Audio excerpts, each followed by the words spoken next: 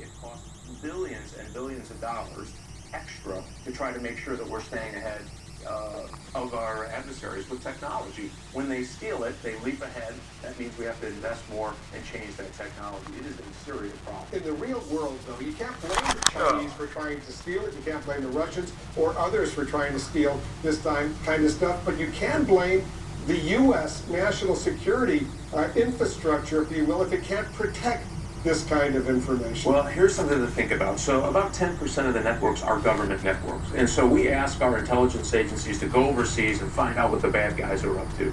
They bring information back and do a pretty good job about protecting government networks.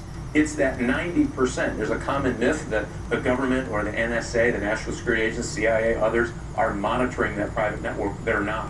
And so what happens is... Well, they should be. I mean, if you have these private defense contractors and their security is not good and they're getting access to all this sensitive material and Chinese hackers are stealing it from one of these big defense contractors, that's a major problem. Well, it's a huge problem. We think we have a separate answer about just allowing the government to share malicious source code with the private sector and the private sector to share back. That should happen. My fingernails are itching here. Why hasn't it happened? Well, it passed the House. We're awaiting action in the Senate. I think we're going to get a bill this year, a bipartisan bill, sponsored by myself and my ranking member, Dr. Ruppersberger, that will pass in some form this year. I think that will happen. But remember, you don't want your government monitoring the 90% of those private sector networks. I think this is a uniquely American problem, but we have to have a uniquely American solution. I think we have that.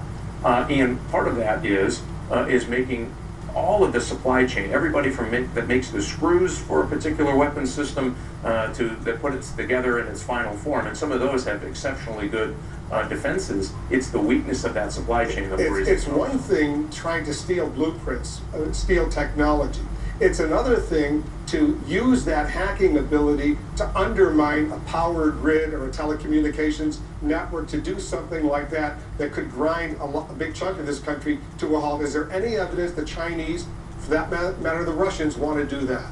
Absolutely. We've seen it's now and forevermore part of military planning, and we saw that in Estonia, where the Russians went in because they took a statue of a Soviet soldier down from a square. They did a very vicious and effective cyber attack. They prepped the battlefield, if you will, before they went into South Ossetia in Georgia with a cyber attack before they sent their tanks in.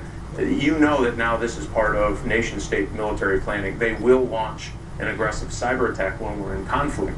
Now, what should worry people is, yes, Chinese have the capability, yes, the Russians have the capability, but now who is creeping up are Iran, South Korea. They're still a little ways behind. South Korea, an ally? Excuse me, North Korea. Apologize. Yeah. Thanks for the correction. Right, I'm saying South Korea. Exactly. Yeah. Well, we hope they have a defensive capability anyway.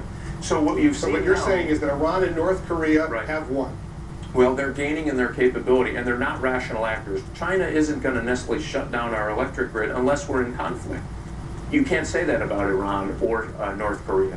What's happening is that you've seen that the Iranians are here on our shores. They have been probing our financial institutions. We know that they have been probing certain electric grids and whatnot. That's a real problem for us because, again, there's a cyber war going on now. Most Americans aren't aware of it, and it's not one that we're well prepared to handle from the private sector's perspective. Let me shift to Syria for a moment while I have you. This report out now that the U.S. is now, the president has asked the Defense Department to take another look at a no-fly zone over Syria to try to deal with Bashar al-Assad, to go ahead and maybe arm some of these Syrian rebels. What do you think?